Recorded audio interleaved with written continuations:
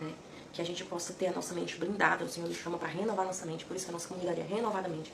Renovar a mente espiritual, renovar a mente física, né? Ou emocional. Aprender, né? Porque a nossa mente é a nossa principal arma, a nossa principal fraqueza, né? Então, aqui, o Senhor, Ele precisava tratar com a mente, né? A gente precisa ter a calmaria diante daquela situação, né? Mesmo ele estando passando pelo mar durante toda uma noite, o que não passou pela cabeça deles, né? A gente pode trazer isso para o nosso problema, pode trazer isso para a nossa vida diária com o Senhor, que o Senhor nos chama para que a gente esteja em constante busca, em constante procura, porque os processos da vida, eles podem aparentar demorados para a gente, mas para Ele é no tempo certo, né?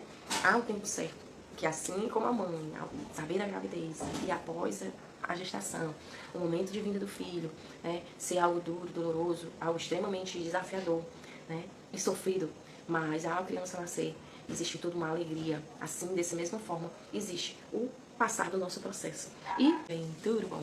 Seguimos aí com o nosso devocional, nosso plano, nosso clube renovadamente. Seja bem-vindo, seja bem-vinda, preciosa, pedras preciosas, diamantes da nossa comunidade. Estamos aqui com os penúltimos capítulos da nossa série Inspirados pela Fé, Inspirações de Fé. Pessoas comuns que fizeram atos extraordinários, pessoas comuns que viveram, elas não fizeram, elas viveram milagres extraordinários.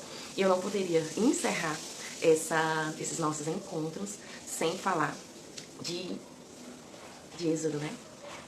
Do mar que se abriu, né? Do povo de Israel. A gente tem muita coisa para aprender com esse povo. E aqui estamos, hoje, sábado, saindo um pouco mais atrasado. Por quê, né? Porque a gente hoje não estava muito bem, né? Desse jeito. Mas eu não consigo deixar de trazer essa palavra, porque eu sei que vocês sempre estão por aqui e sei também que vocês sempre estão assistindo depois. Então, que o Senhor seja a tua luz, o Senhor seja o teu guia, que eu seja apenas mais um instrumento para falar da grandeza dele. Essa é a minha missão aqui, tá?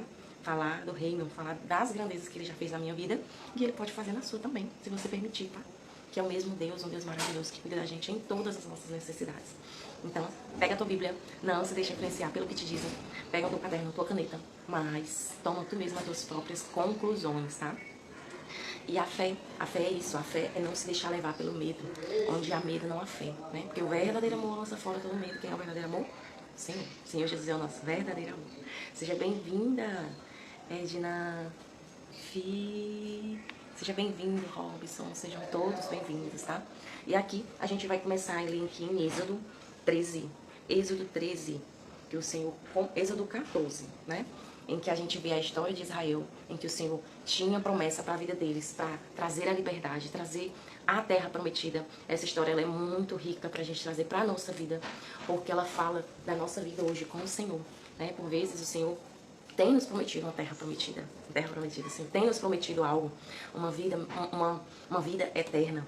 E a gente pode tirar muitos exemplos desse povo em Êxodo, em que eles tiveram essa promessa e que o Senhor pelejou por eles e que o Senhor cuidou da necessidade deles em cada momento e situação. Então, a gente pode trazer também para a nossa vida, né? O Senhor cuida de cada detalhe. E que se você está passando por um mar, se você está no deserto onde não tem água, onde você não vê ninguém com você. Se você está passando precisa passar por um mar, onde de um lado tem o deserto, do outro lado tem um mar, que é um gigante, né? Que você precisa transpor. Você vai sair daqui, dessa live, tranquilo, né? Pelo poder do Senhor Jesus, tranquilo, porque o Senhor, Ele cuida no deserto, Ele cuida no meio do mar, e se necessário, Ele abre o mar. Né? Se for para glorificar a vida dele, glorificar o nome dele, nós somos apenas o protagonista, sempre é ele. Né? Se for para glorificar o nome dele, ele abre o mar. Então, a gente vai ler aqui não vamos ler, vamos resumir. Vamos falar de Êxodo 14, dá uma lida depois, ou junto comigo, que a gente pode chamar aqui de um passo de fé.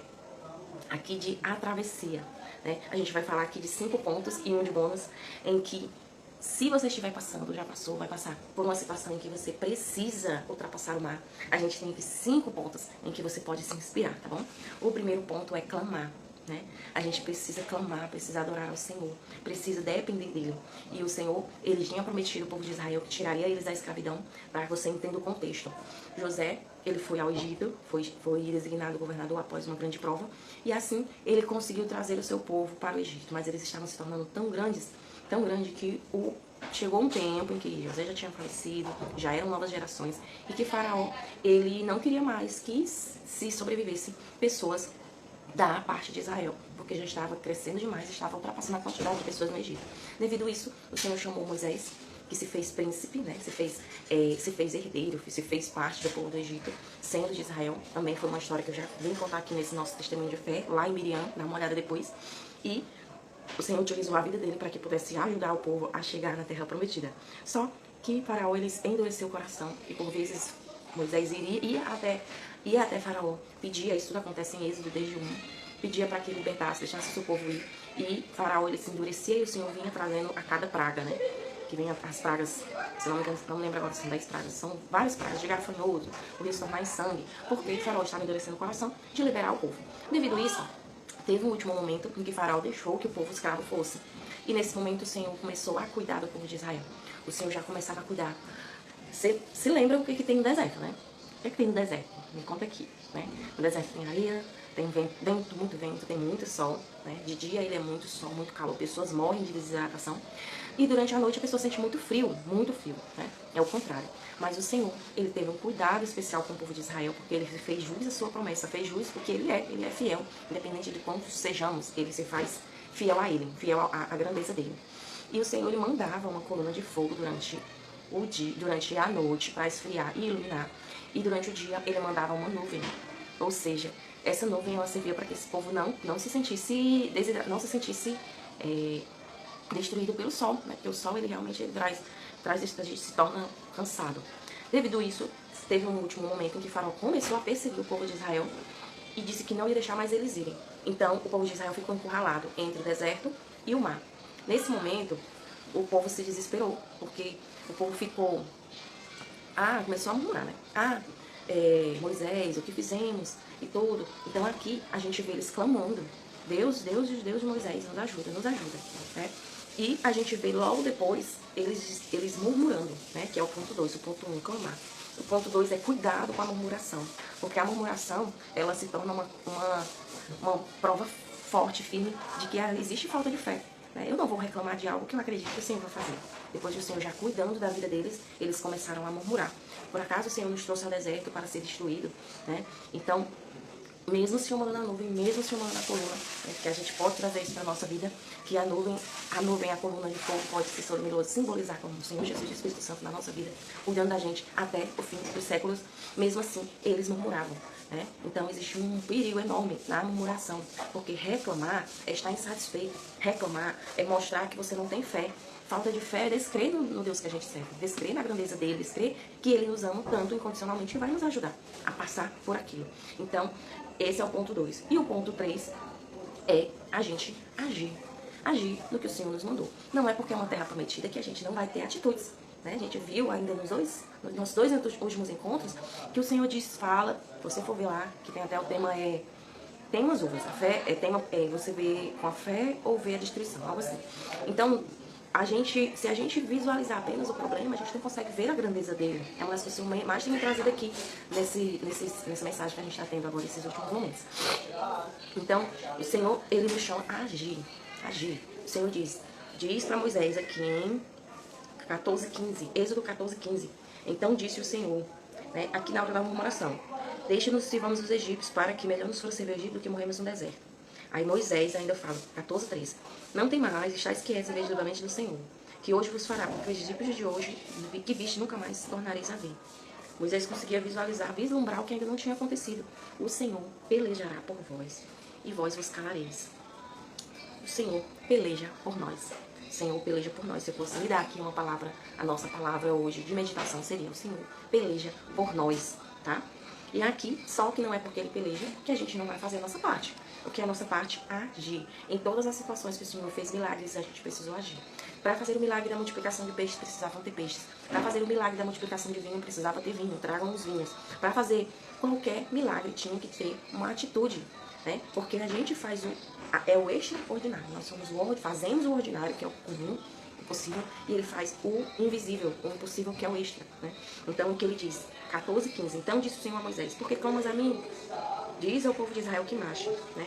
após o clamor, porque a situação o Senhor nos chama para clamar, para buscar, para bendizê-lo. Após a situação, a gente precisa clamar. A gente precisa, após aclamar, a gente precisa agir, né? Então, diz aos filhos de Israel que marchem, e tu levanta a tua mão. O povo precisa agir, marchar, e você precisa levantar a vara. Estende a mão sobre o mar, fende-o para os filhos de Israel passem no meio do mar em seco. Então, o ponto 3, agir. Agir no que está no meu controle, agir no que está dependendo de mim. E ele nos fala, ele nos diz o que devemos fazer. Se a gente tiver sensibilidade, ele vai falar. Então, a gente vem aqui para... Aqui o ponto 3 já falamos, que era uma oração. Ponto 4 era agir. E o ponto 5, que não tiver no nosso controle, é com ele mesmo, né? Então, o Senhor, eis que endureceu o coração do Egito, e entrarão atrás deles. E serei glorificado em Faraó e em todo o seu exército, nos seus carros, nos seus cavaleiros. 14:18. Êxodo 14:18. Os egípcios saberão que eu sou o Senhor. Eu sou o Senhor. Quando for glorificado em Faraó, nos seus carros, nos seus cavaleiros. E o anjo de Deus que ia diante do exército de Israel se retirou e ia atrás dele. Além da coluna de fogo, ainda tinha um anjo de Deus, né, gente? Olha que lindo. Também a coluna de novo se retirou de diante deles e se pôs atrás deles. E ia entre os campos dos egípcios e o campo de Israel. E a nuvem era trevas para aqueles que para ele clareava a noite. Estava acontecendo tudo isso à noite. Então a nuvem ela servia para iluminar apenas o povo de Israel. Só eles estavam vendo o que estava acontecendo. De maneira que em noite, não se aproximou aquela em toda a noite, não se aproximou um do outro. Então, a gente pode entender que essa travessia, essa abertura de mar, pode não ser instantânea, pode não ser de imediata, pode não ser do nada. Teve muitos milagres que o Senhor fez de imediato, mas tem milagres que o Senhor faz na gradatividade. E quem vai explicar? Quem é que vai argumentar com Deus, né? A gente falou ali nos nossos últimos encontros também de Naamã, que Eliseu mandou que ele se lavasse se banhasse, mergulhasse durante 7 vezes. Porque ele só não disse só está curado. Porque eles não disse se banha uma vez e está limpo. Porque o Senhor tem seus segredos. Então, foi uma noite, né? Durante uma noite, em toda a noite, não se aproximou um do outro. Então, foi uma noite de prova, de peleja, né? Às vezes a gente tem muito nosso imediatismo, né? Senhor, eu quero para agora. O crente fast food, o crente micro-ondas, não é assim, né? O Senhor é um Deus que ama processos, ele sabe o que aconteceu naquele momento todo em que estava um atrás do outro, a mente, o coração, o que estava sendo trabalhado, né? A crença, né? Então, o Senhor é um Deus que ele ama o processo. Por que ele ama o processo, Alexandra? Você já viu uma mãe sabendo que vai engravidar hoje, que está grávida hoje, amanhã já tem um menino? Ninguém viu, né? Imagina se ela tivesse esse menino assim que soubesse que está grávida.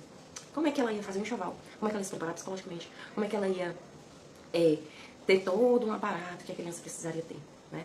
Então, e por isso que existe, como essa criança iria formar, se Deus quisesse, se formaria em segundos. Mas ele é um Deus que ama o processo. Ele não fez a terra de um dia para a noite, ele fez no primeiro dia uma coisa, no segundo dia outra coisa, no sexto dia outra coisa. Porque é como se fosse assim, desfrutar do processo, né? E esse desfrutar do processo é que é o nosso desafio diário, né?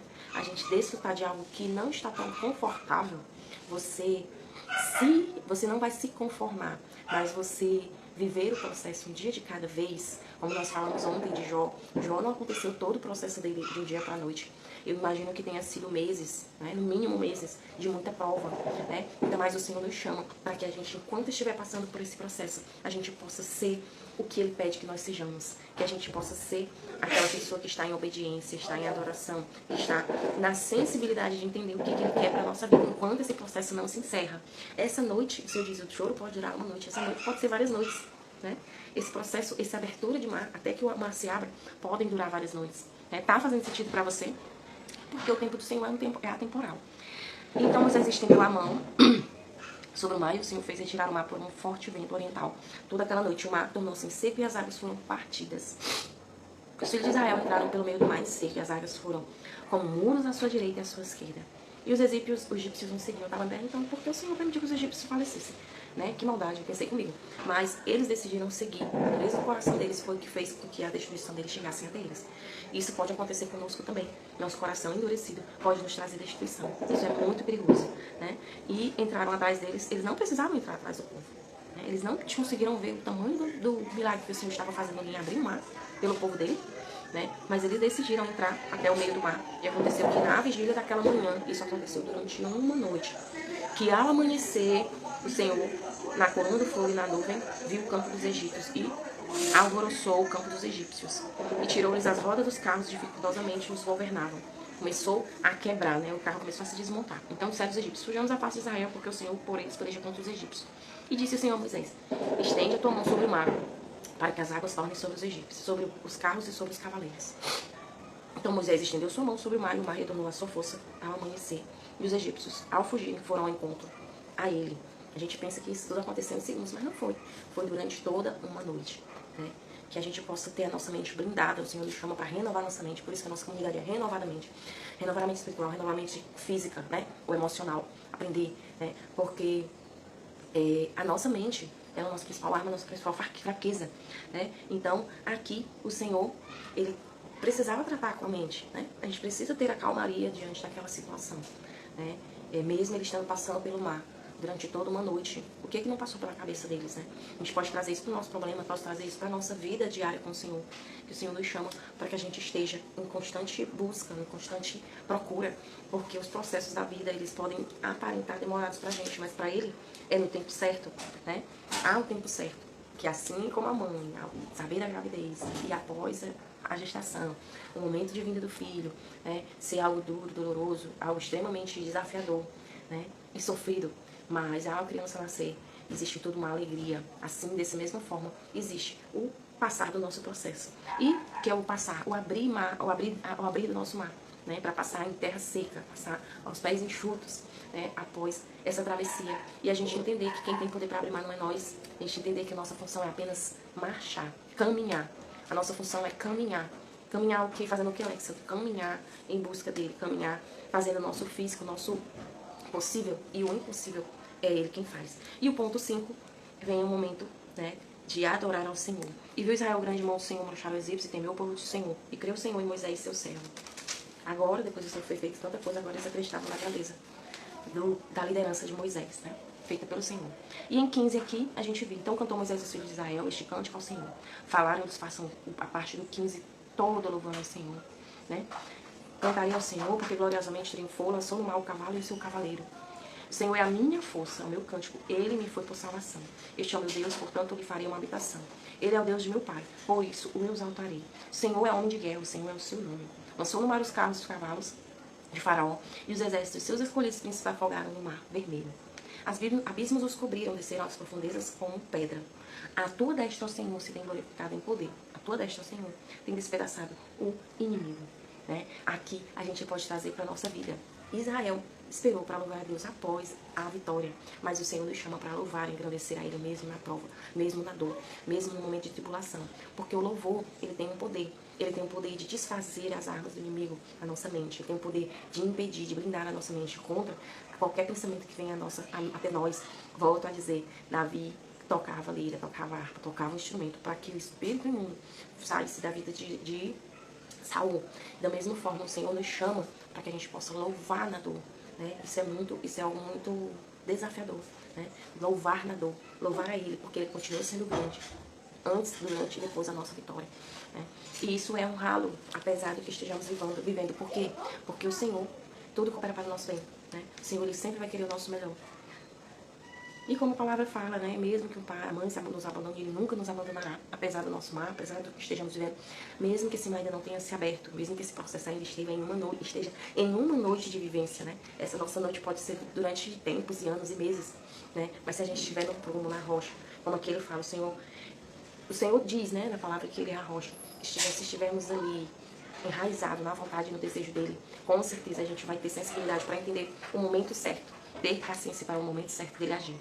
E aqui a gente vem para esse cântico lindo, né, em que eles passam 15 todinho adorando e bendizendo ao Senhor, né, e que a gente possa tirar aprendizados deles dois, né, do povo de Israel, que a gente possa clamar para que o Senhor saiba, o Senhor quer saber do nosso motivo da nossa dor, da nossa adoração, do nosso choro, que a gente saiba clamar, Senhor, minha necessidade está aqui. Ele nos chama para orar, para buscar a Ele, para que a gente lance a Ele todas as nossas ansiedades. Segundo, a gente possa agir no que Ele nos diz para que a gente faça, né? Agir, fazer com que é nosso possível. Né? No terceiro, a gente ter cuidado com a murmuração, para que a gente não deixe de acreditar que existe um Deus que cuida de nós e nos ama, independente do que esteja acontecendo. Né? Em 4, a gente não deixar de agir de jeito nenhum, já falei. Em 4, a gente lembrar que o Senhor cuida de tudo. Tudo, tudo, tudo. A gente não passa frio, a gente não passa fome. Porque o Senhor é um Deus provedor.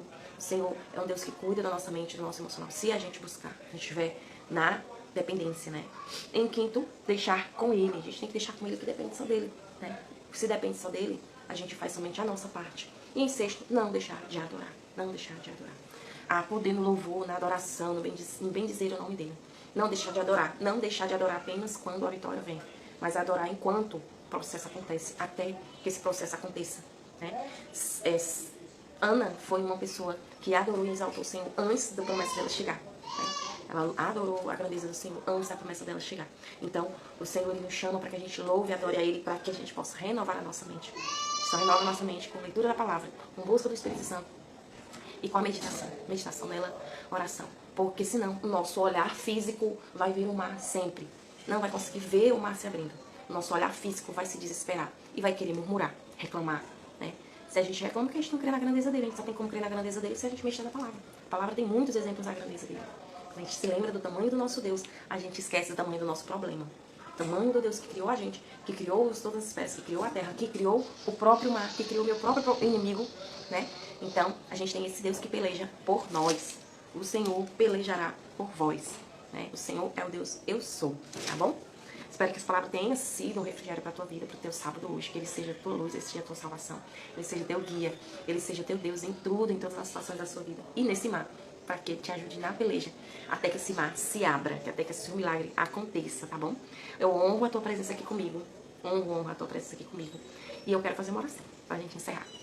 Senhor Deus, te agradeço por cada uma dessas pessoas que estão aqui, Senhor, meditando e ouvindo da tua palavra, Pai. Só tu sabe o desejo do coração de cada uma. Só tu sabe o tamanho do mar que essa pessoa está enfrentando, que precisa se abrir, né? Mas tu és o Deus que faz o impossível, que é impossível à nossa vista. Tu és o Deus que faz e desfaz. Tu és o Deus que tem o poder e o controle de tudo.